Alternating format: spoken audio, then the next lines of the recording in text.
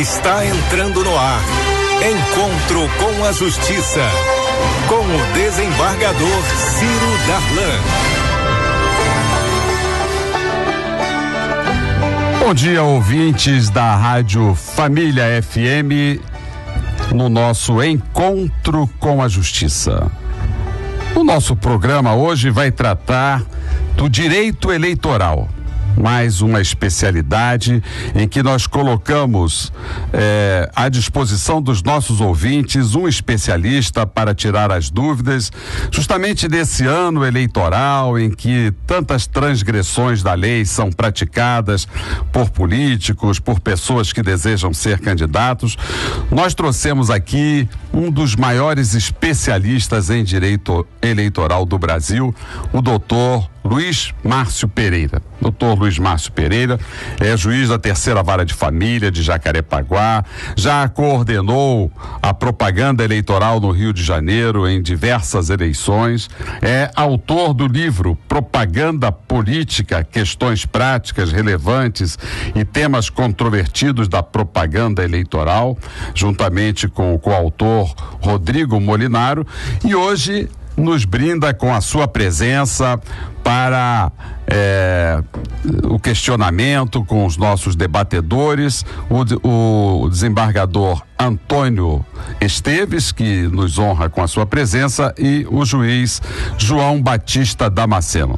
Então, ouvintes, através dos telefones 30790952, 30790938, pode encaminhar suas perguntas para o nosso convidado de hoje, o doutor Luiz Márcio Pereira, e depois assistir ao nosso programa no site www.redejuridicatv.com.br. Esta é a finalidade deste programa, Encontro com a Justiça, aproximar a justiça dos nossos ouvintes, dos nossos jurisdicionados, e vocês participarem, fazerem conosco este programa. Eu dou o meu bom dia ao juiz João Batista Damasceno, que acaba de chegar de São Paulo, onde foi ao lançamento de um livro, e está aqui presente mais uma vez participando do nosso Encontro com a Justiça. Doutor Damasceno, meu bom dia. Bom dia, desembargador Ciro Darlan. Bom dia, desembargador Antônio Esteves, e continua conosco, né?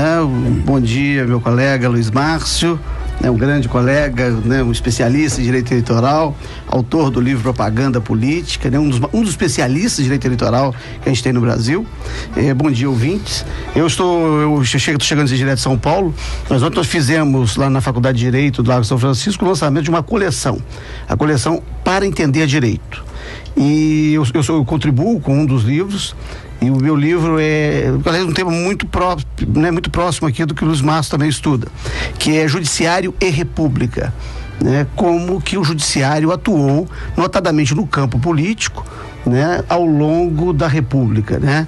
Nesses cento e poucos anos aí. Então acho que a gente vai ter aqui, claro que eu tenho um viés muito mais do âmbito da ciência política, que é como eu analisei o funcionamento do judiciário, a reprodução das elites institucionais, e como que o judiciário, a partir da criação da Justiça Eleitoral em 1932, passou a atuar no campo político como ator político. Então acho que o debate hoje promete. E participando também do nosso programa, como co-apresentador, o desembargador Antônio Carlos Esteves, a quem eu dou o meu bom dia. Bom dia, desembargador Ciro Darlan. Bom dia, magistrados Luiz Márcio e Damasceno, meus colegas. Eu estou profundamente honrado de participar hoje desse programa por uma razão especial, porque a justiça eleitoral é a ponta democrática visível. É quando o cidadão exerce o seu poder. Lamentavelmente, ainda o cidadão vai votar porque está obrigado. Mas ele não percebe ainda não tem essa percepção do poder que ele tem nas mãos. E por isso eu tenho a impressão de que é dever nosso explicar, noticiar, revelar ao cidadão o poder que ele tem. Nosso entrevistado de hoje, doutor Luiz Márcio Pereira. Doutor Luiz Márcio, o homem é um ser político. Tudo que nós fazemos na vida é política. Nós, magistrados, que não somos políticos, a cada sentença, a cada decisão, emitimos uma decisão política. Sobretudo porque mudamos as vidas dos cidadãos, mudamos a vida ao dizer o direito, nós estamos interferindo diretamente na vida e na cidadania das pessoas. Vossa Excelência, um dos maiores especialistas em direito eleitoral, uma das pessoas que mais ilumina o judiciário do Rio de Janeiro e do Brasil, com a sua cultura jurídica, com o seu saber em matéria de eleições. Nós estamos num ano eleitoral, então nada mais oportuno de aproveitar esse ano eleitoral para esclarecer aos nossos ouvintes sobre qual é o papel do judiciário numa eleição. Por que a justiça cuida das eleições? Não é assim em todos os países do planeta, mas aqui na nossa república ao judiciário compete essa fiscalização, e não só a fiscalização, a própria elaboração e a execução dos pleitos e das eleições dos políticos em todas as suas instâncias, seja no legislativo, no executivo, ainda não no judiciário. Mas, doutor Luiz Márcio, como é que o senhor vê essa questão da judicialização dos pleitos eleitorais? Bom dia e seja bem-vindo ao nosso encontro com a Justiça. Bom dia, desembargador Ciro, é um prazer enorme estar com o senhor aqui, com o desembargador Antônio Carlos Esteves Torres e o meu colega Damasceno, magistrado também.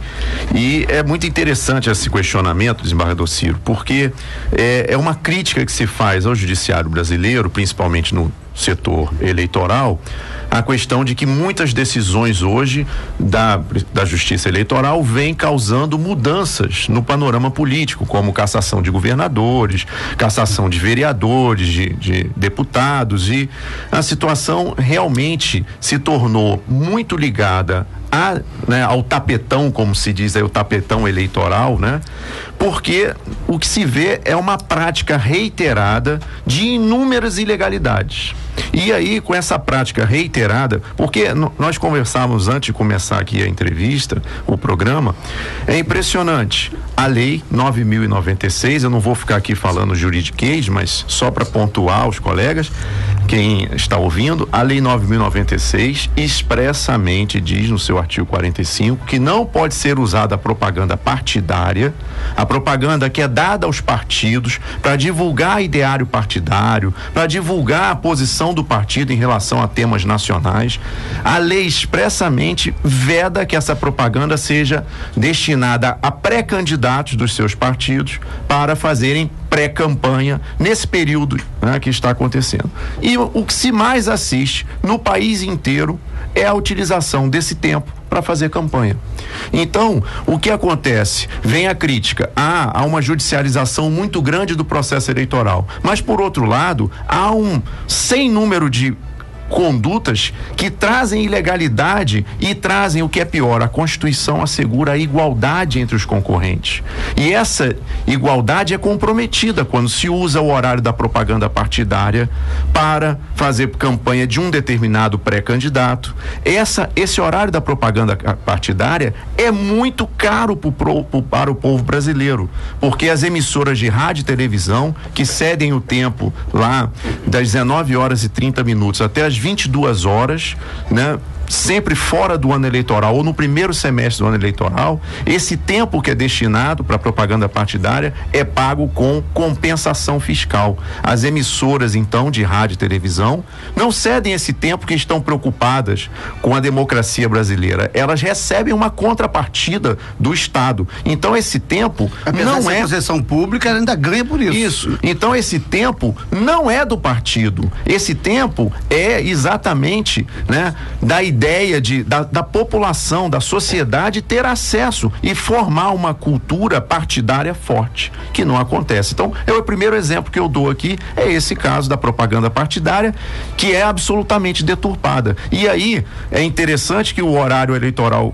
essa propaganda partidária, que não se confunde com a propaganda eleitoral gratuita, que vai acontecer no ano da eleição, 45 dias antes da eleição, essa propaganda partidária vai ao ar e, às vezes, o próprio governo que está à frente solta propagandas institucionais, né, fazendo menção a melhorias, a vantagens, isso no âmbito, né, em todos os estados do Brasil, no âmbito federal também acontece, e com a propaganda dizendo que tudo está bem, que as coisas estão melhorando e vão sempre melhorar, ou então que precisam mudar e assim por diante. Então, na realidade, nós temos aqui uma atuação firme da Justiça Eleitoral, tem que ser firme, porque a nossa democracia, aí eu já estou rolando a bola pro colega Damasceno, já para poder instigar o debate, a nossa democracia ainda é muito incipiente no sentido do fortalecimento das nossas instituições. Então, ainda é necessário uma atuação forte e enérgica do Poder Judiciário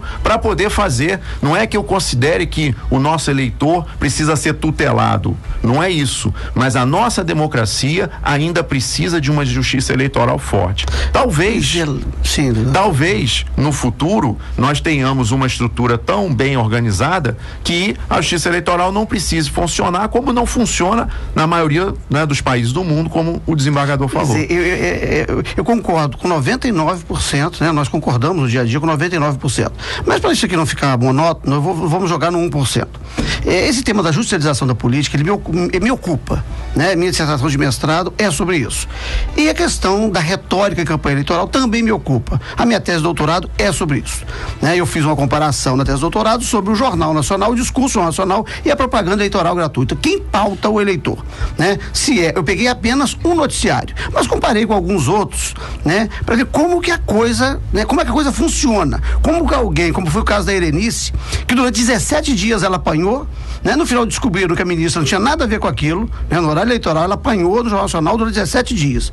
E depois teve um desmentido após a eleição de 11 segundos.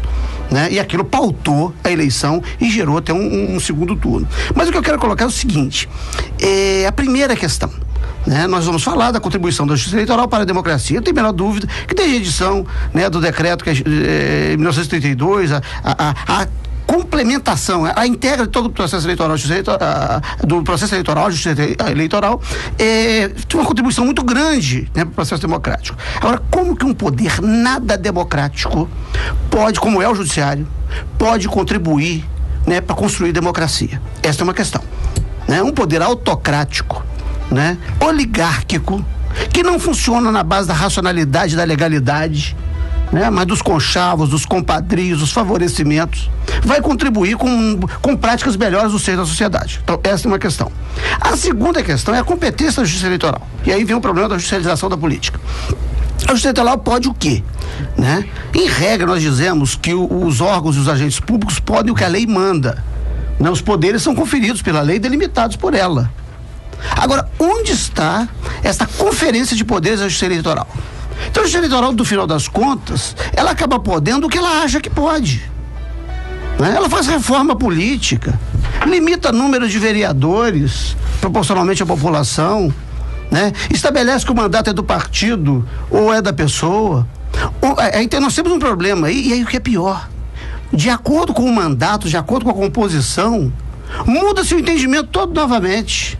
Né? Nós tivemos casos do Rio de Janeiro, né? Não vou falar do Rio de Janeiro não, né?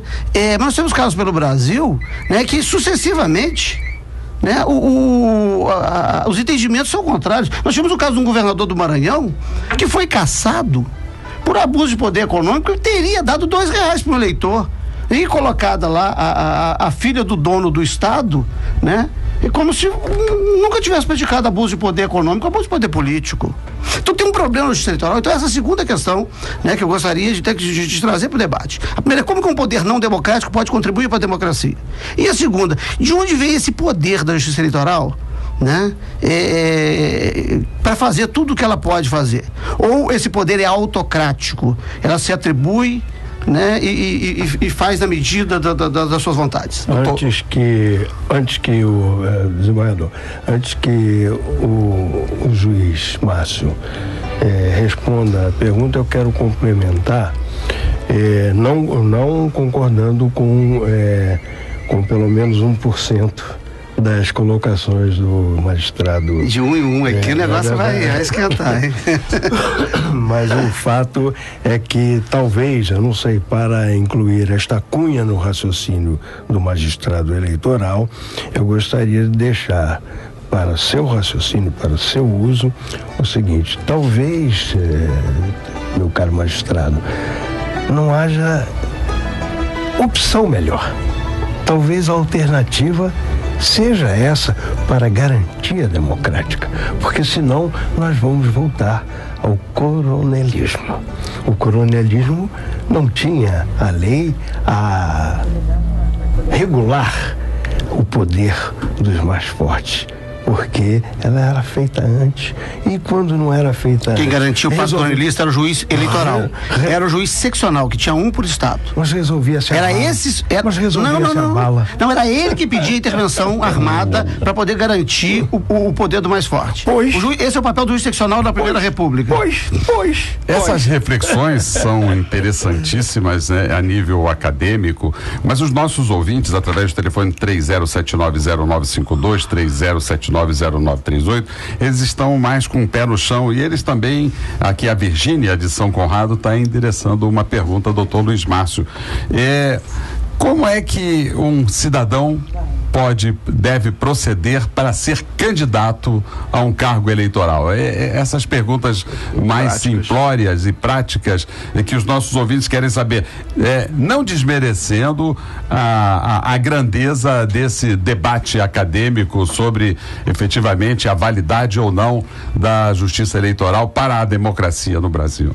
Bem, rapidamente, para não perder o nosso precioso tempo, inclusive porque são muitas perguntas que eu quero responder, junto com os colegas, só pontuar algumas questões. Primeira delas é que o nosso judiciário, a nossa estrutura de poder, representa a sociedade brasileira. Então, se o nosso judiciário apresenta algumas dificuldades e precisa de melhoras, a sociedade toda brasileira precisa de melhoras e precisa de evolução. Então, eu não sou tão crítico, não tão cético quanto o nosso juiz Damasceno. Acredito sim no poder judiciário como instrumento de solução dos nossos conflitos.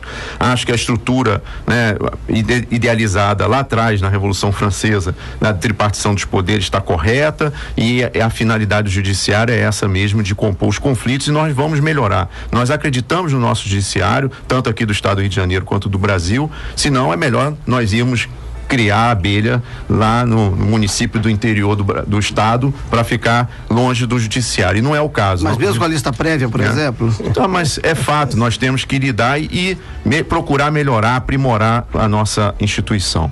A questão da competência da justiça eleitoral, realmente o poder que nós temos é um poder dado pela lei e que precisa ser acomodado de acordo com a legalidade. E aí, para não alongar mais, a Virgínia perguntou lá de São Conrado a questão de se eu quiser ser candidato, como eu faço? Bem, tem que se filiar a um partido, tem que ter a filiação partidária pelo menos um ano antes, domicílio eleitoral, e aí, estando filiada ao partido, quer dizer, tendo mais de 18 anos de idade, ela vai ter que ter a informação qual é o cargo que ela pretende concorrer, tem que ter uma idade mínima para alguns cargos, para outros, né? A idade vai sendo diferenciada e assim por diante. O fato é que é importante a participação do povo brasileiro na política. Hoje, todos nós, e aí faço aqui o meia-culpa, temos esse sentimento assim de desacreditar da política nacional e desacreditar dos nossos quadros políticos. Mas o fato é que, se nós, né, que achamos que podemos melhorar o país, não buscarmos uma melhoria, não buscarmos entrar na política, nunca vai haver mudança. Então, se a Virgínia pretende ser candidata, ela tem que se filiar a um partido, escolher o partido que ideologicamente, que traz, né, maior proximidade de ideias para ela. Hoje já são 32 partidos no Brasil, é uma questão de grande... Ela pode começar na associação de bairros, né? Isso. Fazer uma política não partidária, mas que é coletivista, aprender a lidar com o coletivo, né? E daí pro partido, e daí para outros Deus. Então, dona Virgínia Silveira, pode então tomar as suas providências se quiser ser candidata. Mas ainda bem que o nosso entrevistado, o doutor Luiz Márcio, se referiu à possibilidade de criarmos abelha e não marimbondos de fogo, né? Isso. Senão teríamos que nos mudar para o Maranhão. Mas lá é perigoso. As cadeias de lá são para... Não, e fazer política, você pode ser ter um mandato de governador cassado com a acusação de ter dado R$2 para comprar um voto. Mas o Mário de Ramos, não é Mário Ramos, mas o Mário de Ramos, nossos ouvintes também diz assim, sempre dizem que devemos saber escolher em quem vamos votar, que devemos pesquisar o passado dos candidatos. Mas eu, por exemplo, não tenho como fazer isso, não sei usar a internet. É esse companheiro seu, Antônio. Eu estou solidário com ele, eu não consigo usar a internet. E fico confuso na hora de escolher. Como posso avaliar meus candidatos? Bela pergunta, Mário. Muito boa pergunta aqui pro doutor Luiz Márcio. Isso, em primeiro lugar, Mário, é importante procurar informações, né, com vizinhos, com pessoas da comunidade, pessoas que você tenha sua relação, seus amigos, que podem lhe trazer essas informações que realmente hoje com a internet, né, tem grande facilidade de busca, ou pedir a alguém próximo que faça essa busca na internet sobre a vida pregressa dos candidatos. Isso é muito importante, foi muito discutido por conta da lei da ficha limpa. A lei da ficha limpa, que foi uma evolução no nosso sistema, ainda precisa melhorar muito, porque ela ainda tem muitas deficiências. Mas o fato é que, pelo menos, nós demos o primeiro passo, temos uma lei hoje que afasta candidatos com uma vida pregressa inadequada, e essa vida pregressa aí você vai avaliar o que você considera que é inadequado. Isso é uma questão pessoal de cada um, né? Aquela questão da moral, né? Porque a Constituição fala, né? Lá no artigo 14, parágrafo 9, na moralidade, a moralidade é uma opinião muito individual sobre determinada situação. Então, você vai buscar informações nos jornais, nas revistas e junto à sociedade para tentar, né? E de qualquer forma pode se socorrer, né, da Justiça Eleitoral no sentido de buscar informações aí, pedir alguém que faça consulta no site sobre a vida pregressa desses candidatos. Mas uma coisa interessante, em 2008 nós fizemos pela primeira vez no estado do Rio de Janeiro o voto do preso em Nova Iguaçu. Era o juiz eleitoral em Nova Iguaçu e o delegado Rolando Zacconi, né, era o delegado da 52DP. E nós fizemos, instalamos uma sessão eleitoral dentro da delegacia e fizemos o voto do preso. Doutor Damasceno, desculpe, esclareça para os nossos ouvintes que os presos podem votar. Eles devem, é obrigação votar. Diga para os nossos ouvintes para eles entenderem melhor. O preso provisório, uma pessoa só perde o direito, esse direito político, com a condenação definitiva. Enquanto a sentença não transita o julgado, ou enquanto ele está preso provisoriamente, preventivamente, ele tem a obrigação de votar, ele tem o direito e tem o dever. Se ele não vota, ele tem que pagar, inclusive, multa, né? Ele é apenado por não ter exercido esse seu dever. Então, nós, para facilitarmos o exercício desse dever dos presos provisórios, instalamos a sessão eleitoral na delegacia. E nós tínhamos uma preocupação. Será que tem crime organizado? Será que o crime organizado vai pegar e vai carregar os votos para um candidato só? E eu fiquei apreensivo com isso. Quando acabou a eleição, imprime um boletim de urna para mim. E eu fiquei esperando a totalização. Quando terminou, eu fui comparar os resultados. Todos os partidos tiveram votos para vereador. Todos. Então, nenhum partido deixou de ser votado. Os votos foram distribuídos, né, aleatoriamente com os candidatos a vereador. O prefeito de Nova Iguaçu tinha sido reeleito com a população não presa com 66% dos votos. Entre os presos, ele foi reeleito com 65% dos votos. Bateu todos os índices da população presa e da população não presa, estavam iguais. Aí eu fui fazer uma pesquisa com os presos. Quer dizer, como que eles escolheram os candidatos, uma vez presos? E eu perguntei para um deles, como você escolheu o seu candidato? Ele falou assim, como eu sempre escolhi. Eu disse, como que você escolhe? Eu perguntei para minha mãe, porque ela mora há muitos anos no bairro. Olha. E ela conhece todos os candidatos. E ela falou que ia votar no fulano e eu votei no fulano. Então isso é muito interessante. E tem um outro critério. Então, né, esses critérios, né, o preso recebe visitas da mãe, da irmã, da namorada, e ele conversa sobre isso. E tem um outro, que ele é de um velho político brasileiro já falecido, que é o Léo Brizola. Ele diz assim, você fica olhando pra mídia. Assim, então se orienta pela mídia. Quando algumas empresas de comunicação votarem num candidato, você escolhe outro, né? Então é um critério também que eu utilizo. Então tem umas empresas aí de comunicação, quando elas elogiam o cara, diz assim, esse já não é bom pra mim, é bom pra ela, pra mim já não serve. Interessante essa história que o doutor Damasceno contou, né? Uma história verídica da sua vida profissional. E eu me lembro uma aqui que o Dicró, né? O nosso cantor Dicró cantava que ele, que uma vez candidato, ele foi pedir voto à mãe dele. E a mãe dele falou assim, eu te conheço, vou votar em você. Contada pelo próprio falecido Dicró. Negou-lhe o voto com conhecimento de causa. Né? A Lidiane, lá de Copacabana, está perguntando assim, por que os candidatos que já são eleitos não abrem mão do cargo durante as eleições? Não é injusto os candidatos já eleitos concorrerem com candidatos que não têm cargo político, doutor Luiz Márcio? Olha, nós estávamos conversando antes do programa começar exatamente sobre essa situação. O fato é que a Constituição, a legislação autoriza a reeleição. Tem que sair do cargo se for candidato a um cargo diferente, e lembrando que o governador, por exemplo, só pode, ou o prefeito, ou o presidente, só podem ser candidatos uma única vez para a reeleição naquela situação de sequência. Então, ele foi eleito uma vez, pode ser candidato uma segunda vez para aquele cargo de governador, prefeito ou presidente. Deputado, vereador, não tem essa limitação. Senador, não tem essa limitação. Então, eles podem ser candidatos estando no cargo. Se o governador tiver interesse de ser candidato, já fez os 2 mandatos e tiver interesse aí a um outro cargo, ele tem que sair, vai ter que sair 6 meses antes da eleição para se afastar e concorrer a esse outro cargo. O fato é que a legislação permite, mas eu, como a nossa ouvinte, concordo que é algo que afronta a igualdade no processo eleitoral, essa possibilidade de concorrer no cargo.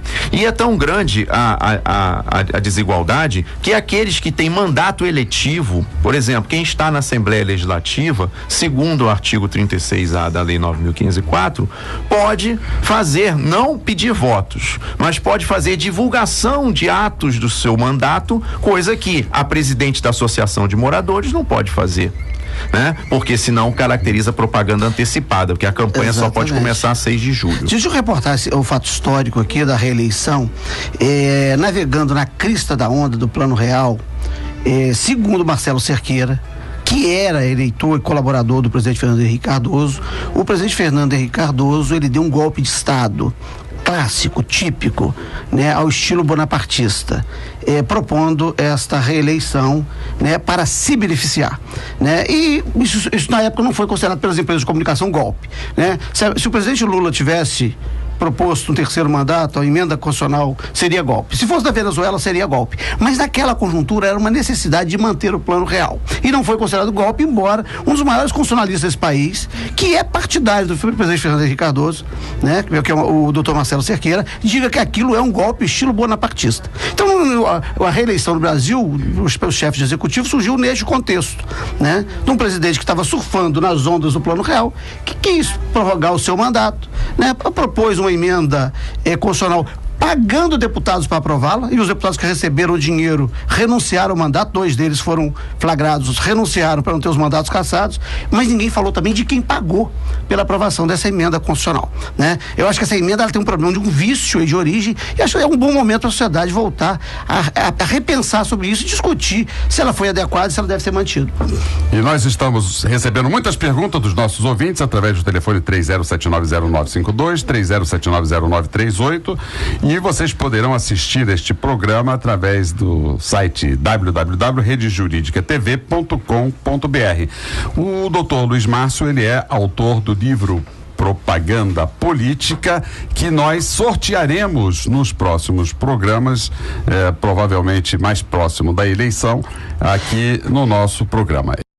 Ontem o doutor João Batista Damasceno estava em São Paulo lançando o livro Judiciário e República, de sua autoria, que faz parte da coleção Para Entender Direito. Então é um livro que eu recomendo muito interessante, como vocês estão ouvindo aqui semanalmente, através das manifestações do juiz João Batista Damasceno. O programa Encontro com a Justiça tem o objetivo de aproximar o judiciário dos nossos ouvintes, e eu gostaria de passar algumas importantes notícias desta semana, como, por exemplo, o vice-cônsul dos Estados Unidos visitou o Tribunal de Justiça para conhecer as ações na área de violência doméstica. O nosso tribunal é referência no país inteiro, e agora também com reflexões no campo internacional no combate à violência doméstica. Nós temos aqui especialistas de escola, juízes que se dedicam a essa área num trabalho de combater a violência contra a mulher, a violência contra o gênero, e também nós estamos acompanhando com muita atenção o caso da juíza Patrícia Scioli. Esta sentença deve sair até a madrugada de hoje, onde estão sendo julgados os policiais militares que foram responsáveis pelo assassinato da nossa querida e saudosa juíza Patrícia Scioli. Que se faça justiça. O conselheiro do Conselho Nacional de Justiça visitou o complexo de Ericinó e elogiou o sistema de videoconferência. Ele elogiou, mas eu não elogio, não. Acho que isso é um retrocesso. Politicamente isso impede que a presença física do juiz com os réus, mas como as pessoas hoje estão atropelando o direito, tem aqui situações que muitas vezes não são as melhores, mas de qualquer maneira ele elogiou. Quando o CNJ elogia, a gente deve ficar meio desconfiado. Atividades e prazos, visita de Carapebus, Quissamã, estão suspensos nesta quinta-feira. Morador da Rocinha depõe em audiência no caso Amarildo, que também está acompanhando. E o Café com Conhecimento, que o tribunal tem toda semana, debateu a questão da responsabilidade médica, que nós vamos tratar, um assunto que nós vamos tratar nos nossos próximos programas, trazendo aqui responsáveis pela saúde pública e também pela saúde privada.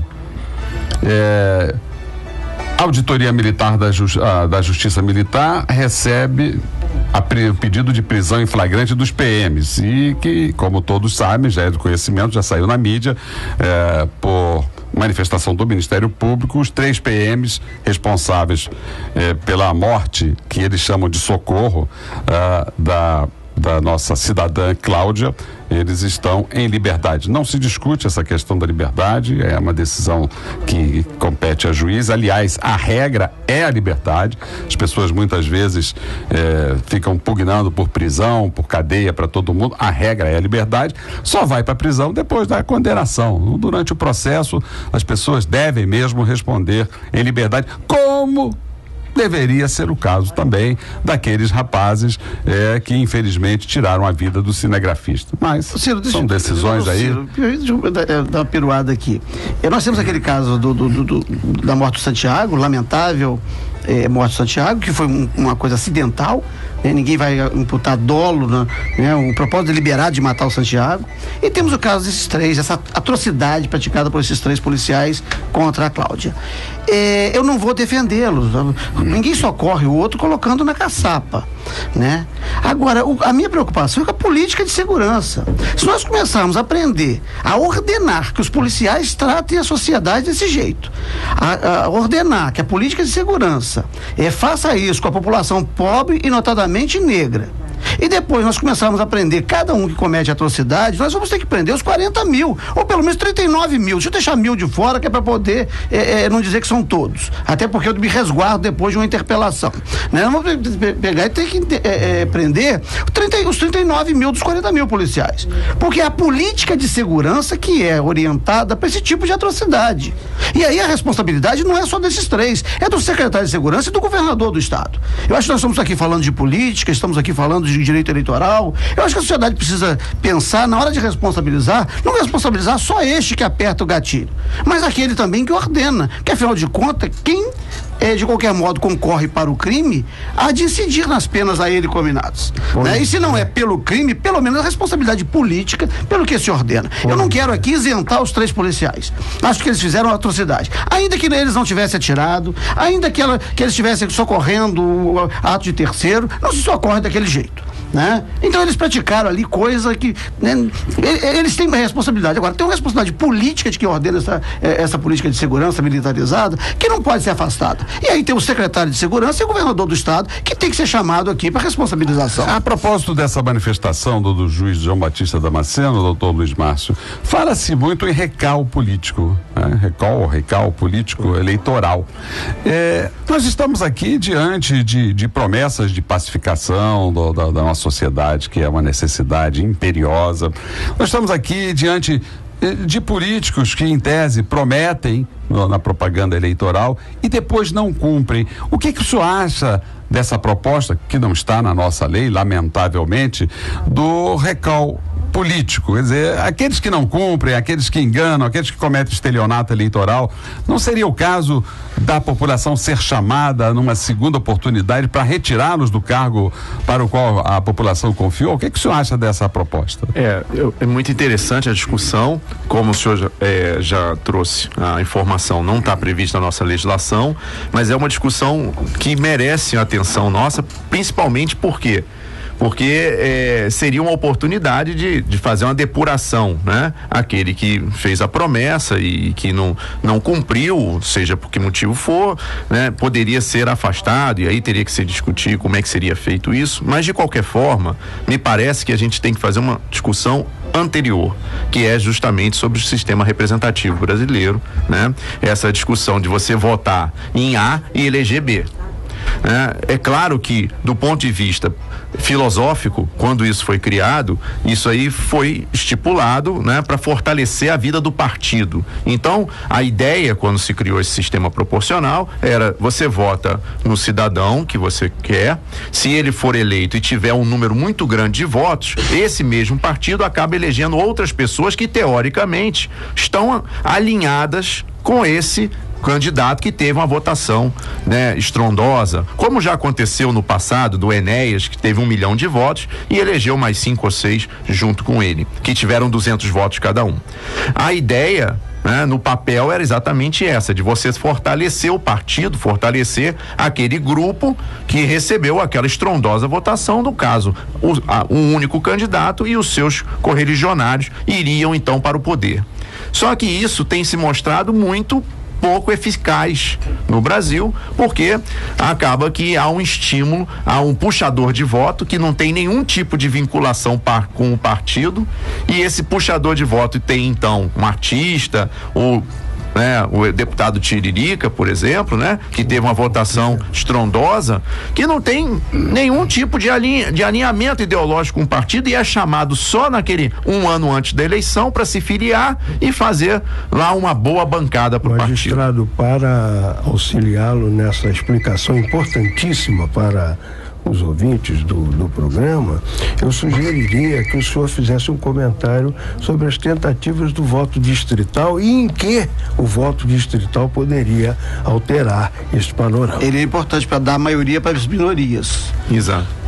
O voto distrital, que é uma das discussões que tem aí para uma reforma política no país, que não sai do papel e nem vai sair, acho dificilmente vai acontecer uma reforma política de peso, né? Porque quem faz essa reforma política são os próprios deputados e os próprios senadores que estão, vamos dizer assim, satisfeitos com o sistema atual, na sua grande maioria, ao que tudo indica. Então, dificilmente essa reforma política vai sair, né, de uma forma efetiva, de uma forma que mude o nosso sistema efetivamente. Mas o voto distrital seria uma boa opção, porque nós aproximaríamos o eleitor daquele eleito, né, que seria alguém próximo a ele, no seu bairro, na sua comunidade, no seu município. Você teria uma proximidade maior, porque o voto distrital dá um peso maior à região, né? É difícil aqui explicar em poucos segundos, mas seria isso. Você teria um peso e mudaria o critério. Ao invés de ser esse número de votos de um critério proporcional, nós passaríamos para a região onde aqueles votos foram dados, e aí cada região teria um peso maior ou menor. Pois isso assim, pode ser um problema, né? Exatamente. Porque quem pode acabar tendo maioria no parlamento pode ser aqueles que no somatório tenha tido menos votos. Isso é um problema. Eu acho que isso é uma equação muito difícil, que você falou muito bem aqui da questão da problema da democracia representativa. Os Estados Unidos, quando inventam isso, democracia representativa, em cima de uma discussão assim, cada cabeça um voto, todo mundo vota. Aí alguém falou assim, mas e se o povo votar contra os nossos interesses? Se o povo quiser se meter em política contra os nossos interesses, não tem problema. Nós vamos fazer a democracia representativa. Eles vão votar em um de nós, né? Então a história da democracia representativa é de uma discussão do Jay e do Alexander Hamilton, né? Só assim, como impedir o povo de se meter nos nossos negócios, né? Então isso é uma discussão, está escrito, está nos federalistas, né? Então eu acho que uma questão que talvez seja mais importante para a democracia, ao invés da representação, nós abrimos a possibilidade do povo participar diretamente das questões. Trocar o nome da rua, fazer o recall, estabelecer se nós vamos fazer Copa do Mundo, se vamos fazer hospital, né? Se nós vamos derrubar a perimetral para transformar essa cidade no inferno, né? Ou se vamos pegar e vamos abrir uma via nova, né, para a Baixada Fluminense ou para Magé, né? Então eu acho que se o povo pudesse participar, assim como acontece em alguns lugares dos Estados Unidos, o cara decide até que árvore vai plantar na rua. Então no dia de votar, ele vota em 200 coisas, inclusive para deputado, para vereador, etc. Vamos, né, privilegiar aqui as perguntas dos nossos ouvintes que estão bombando. É matéria interessantíssima, essa matéria eleitoral. Todos nós temos um pouco de jogador de futebol e de político, né? Então, nossos ouvintes, através do telefone 30790952, 30790938, estão fazendo muitas perguntas e eu vou dedicar esse resto de programa para encaminhar ao nosso entrevistado de hoje, o juiz doutor Luiz Márcio. Doutor Luiz Márcio, não tem muito a ver com o tema do programa, mas tem a ver com a sua função de juiz de família. E é lá da sua área, Cidade de Deus, a Isamar, nossa ouvinte, Cidade de Deus, ela diz assim: sua mãe é idosa e deficiente visual e mora com o neto de 17 anos que maltrata a avó. A mãe do rapaz não quer saber dele, mora em outro bairro e largou ele lá. Existe alguma instituição que possa ajudá-la? Bem, essa só uma observação rápida para não tirar o foco do programa, mas eu compreendo a dúvida da ouvinte, e seria importante procurar o Ministério Público. O Ministério Público, né, que funciona ali próximo, já que ela é da Cidade de Deus, praticamente é ali em frente ao fórum, muito perto do fórum, na Estrada dos Bandeirantes. Ela deve procurar o Ministério Público, fazer uma denúncia, porque esses maus tratos a idosos têm acontecido de forma acentuada em todo o estado, e o Ministério Público tem agido de forma enérgica em relação a isso. Eu tenho presenciado, acompanhado algumas ações, e realmente o que tem acontecido é que, lamentavelmente, alguns idosos se tornaram provedores das famílias, e as famílias então usam os benefícios dos idosos, né? Um pouco, que já são pequenos os benefícios, para o sustento de toda a família, e esses idosos são maltratados, ao invés de serem idolatrados, porque se estão sustentando toda a família, pelo menos deviam ser idolatrados. Mas nossos ouvintes vêm de longe. Aqui vem a Ana Cláudia de Maricá, também fazendo uma pergunta que foge um pouco do tema do programa, mas tem a ver com a atividade aqui dos magistrados aqui presentes.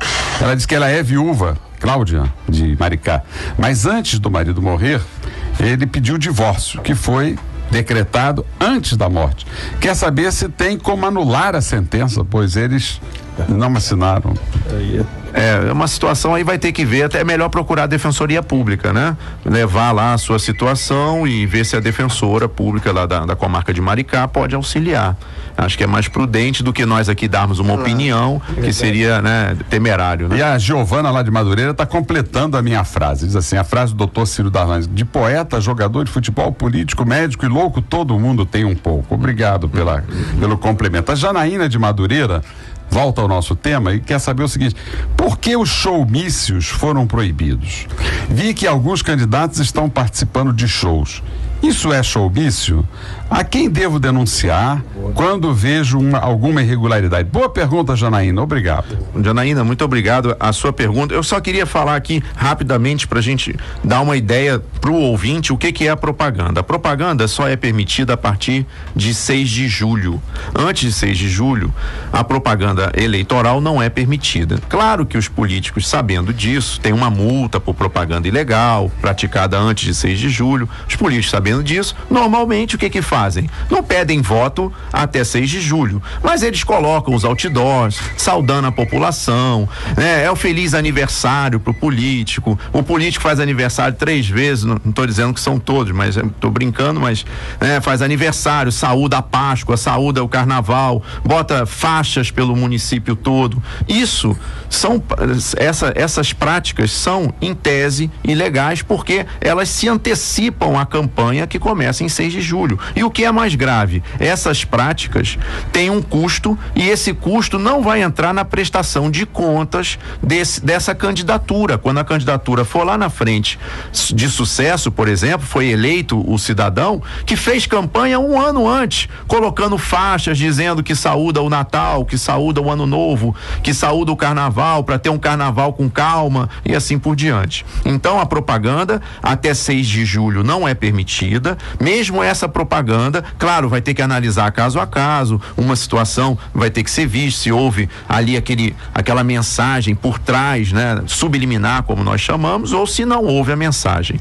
Mas o showmício, ele é proibido a partir de 6 de julho, por quê? Porque a Lei 11.300, que foi publicada em 2006, logo depois do escândalo do Mensalão, veio com a ideia, foi uma mini reforma eleitoral no Congresso Nacional, de dar uma resposta à sociedade para baratear as campanhas, porque eram campanhas caríssimas, pagando artistas caríssimos, cachês milionários, e depois muitos dos candidatos eleitos, né, contratavam esses mesmos políticos para fazerem shows para o município, ou para o estado, ou para a União, né, quase que com uma contrapartida muitas vezes. Então, para evitar essa situação, foi proibido o showmício, que no meu entendimento foi uma medida correta. Agora, o candidato que é cantor, por exemplo, ou é radialista, ele pode ser candidato, a candidatura dele vai ser homologada nas convenções a partir de 10 a 30 de junho, a candidatura dele vai ser homologada, mas ele não vai poder fazer campanha nos seus shows. E também não pode sair no seu show cantando, né? E vamos dizer assim, alegrando o seu show com a cantoria. Apresentador de programa pode continuar apresentando o programa? Não é o meu caso, não. Não, eu sei. Uma vez escolhido em convenção, ele tem que sair do ar. Escolhido em convenção, sai do ar. E se o programa tiver o nome desse candidato escolhido em convenção, tem que mudar. Vou dar um exemplo, né? Pouco provável. Se o Jô Soares, que é conhecido nacionalmente, resolve ser candidato, ele escolhido em convenção, o programa do Jô, ele sai do ar, tem que botar uma outra pessoa no lugar dele, e o programa do Jô vai ter que passar a ser programa da noite, né? Programa da noite, um outro nome qualquer que não tenha nenhuma vinculação. Também não pode chamar programa Dá um Beijo no Gordo, não pode usar o nome do bordão que ele usa, porque tem uma referência clara à pessoa do candidato. Tem um caso de um candidato aí que manda cartão de Natal e cartão de aniversário desejando muitas vitórias, mas ele representa um clube que não ganha mais nada.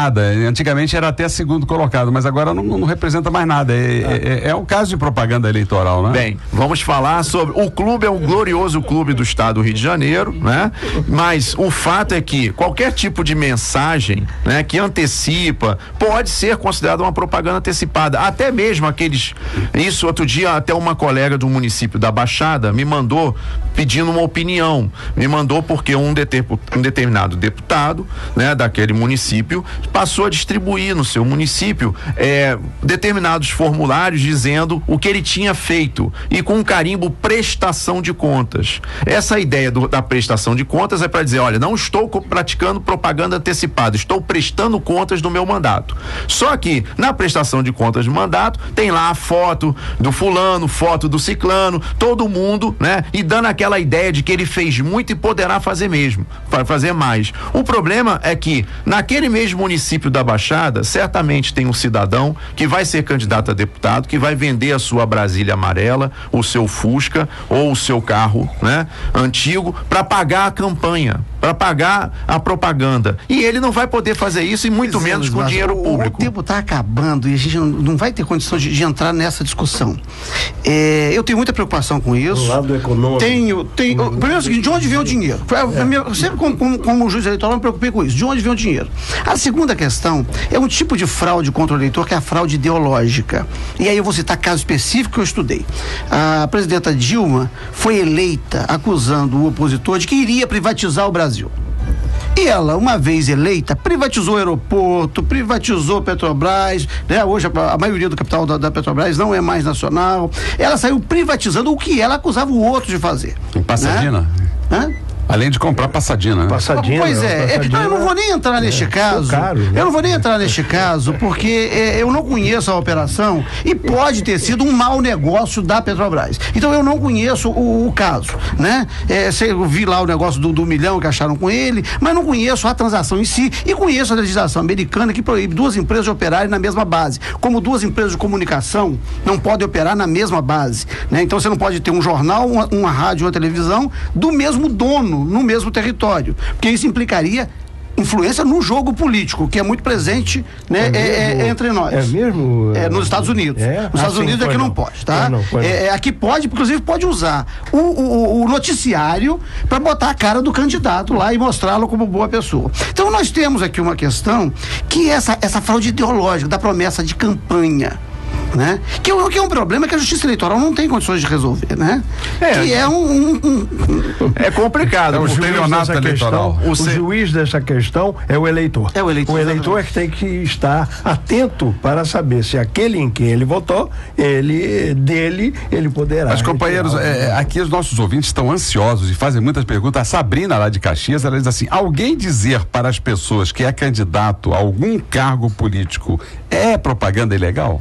Olha, hoje, antes de 6 de julho, é claro que nós já temos candidatos, pré-candidatos, vamos chamar assim, que são candidatos de fato. Esses pré-candidatos podem até dizer, olha, eu pretendo ser candidato e tal. Isso daí agora ele não pode fazer um corpo a corpo, ele não pode distribuir o material. Tem um candidato mudinho, né? Ele não pode dizer que é candidato, então só que, fazer um sinal com a mão. Sim, é uma situação delicada. Agora, eu só queria dizer que a ouvinte anterior perguntou como denunciar. Sabrina. Né? Como denunciar a página do TRE na internet. O Daniel de Caxias também pergunta assim: quais são os seus contatos para que possamos fazer perguntas e denúncias? Daniel de Caxias também eu preferia, como eu não estou mais no TRE, eu deixaria aqui o canal adequado institucional, que é a página do TRE, TRE-RJ.gov.br,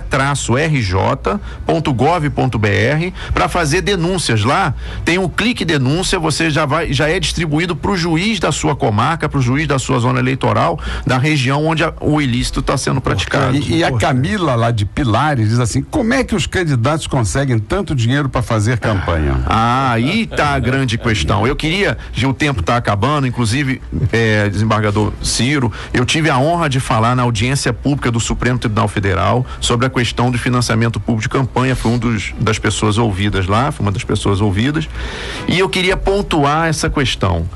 Se fala muito em financiamento público de campanha como sendo a solução para o Brasil. Eu não estou defendendo aqui o financiamento privado. Na Itália é a maior fonte de corrupção. Exato, é isso que eu quero dizer. Não adianta dar o financiamento público numa reforma política e manter toda a estrutura que nós temos agora. Exatamente. E principalmente da Justiça Eleitoral, que não tem meios de uma fiscalização efetiva, porque falta recursos, faltam servidores, falta uma série de instrumentos para que a Justiça Eleitoral pudesse fiscalizar verbas de R$1 bilhão que seriam destinadas para um financiamento público. Doutor Luiz Márcio, fica a reflexão. O senhor vai ter que voltar aqui, porque nós estamos aqui com mais de 13 perguntas dos nossos ouvintes. O senhor realmente levantou aqui o nosso Ibope. Eu queria voltar a convidar todos que nos ouvem para estar presente na conferência do professor Jeremy Duru, no dia 12 de abril, de 9 às 12 horas, no auditório da Emerge, 4º andar, auditório Antônio Carlos Amorim, sobre o racismo no esporte. Nessa ocasião, vamos lançar uma grande campanha contra todas as formas de preconceito. O programa de hoje nós falamos sobre a justiça eleitoral, sobre o direito eleitoral, com um dos maiores especialistas, o doutor Luiz Márcio, autor do livro Propaganda Política, juiz da Vara de Família de Jacarepaguá. Nós agradecemos a presença do doutor Luiz Márcio, mas eu vou registrar ainda que a Juliana, da Ilha do Governador, também fez uma pergunta: panfleto e placas são permitidos, o que pode, o que não pode. A Vanessa de São Gonçalo: qual é a escolaridade mínima para os candidatos? Dizem que alguns candidatos são até analfabetos. O Gerson de Tijuca: onde podemos ir ou como devemos agir para saber o que acontece nos governos. A Lisandra de Petrópolis pergunta, na sua opinião, a prisão dos mensaleiros serviu para coibir políticos corruptos ou foi apenas uma jogada política? E a Vanilda de Comendador Soares tece aqui elogios imerecidos à minha pessoa, que eu vou deixar de ler. Vanilda vai ficar para o meu coração, e muito obrigado pela sua participação, muito obrigado aos nossos ouvintes pela participação que teve aqui no áudio, a participação do Oziel, na nossa direção artística, nossa querida Martinha Brizola, e eu passo a palavra ao doutor Luiz Márcio para as suas despedidas. Tem que ser rápido, agradeço muito aos ouvintes as perguntas. Numa próxima oportunidade, retornando, responderei todas as perguntas e deixo aqui para o eleitor, a mensagem é para o eleitor. O eleitor é quem tem que fazer esse filtro. A justiça eleitoral é muito importante, mas se o eleitor fizer o filtro, a justiça eleitoral vai ter menos trabalho. Mas, exatamente isso. Doutor João Batista Maceno. Prazer muito grande ter estado aqui com o colega Luiz Márcio, né? Um debate muito proveitoso, né? Nós sempre aprendemos quando eu te encontro, né? Um prazer muito grande, ouvintes, e na semana que vem estaremos de volta. Desembargador Antônio Carlos Esteves, que sempre estará conosco. Muito bom dia, desembargador, muito bom dia, senhores magistrados, e meus parabéns. E quem está de parabéns mesmo é o ouvinte com esta oportunidade de aprender. Muito obrigado, queridos ouvintes da Rádio Família FM. A nossa família fica feliz com mais este programa Encontro com a Justiça. Você acabou de ouvir Encontro com a Justiça, com o desembargador Ciro Darlan.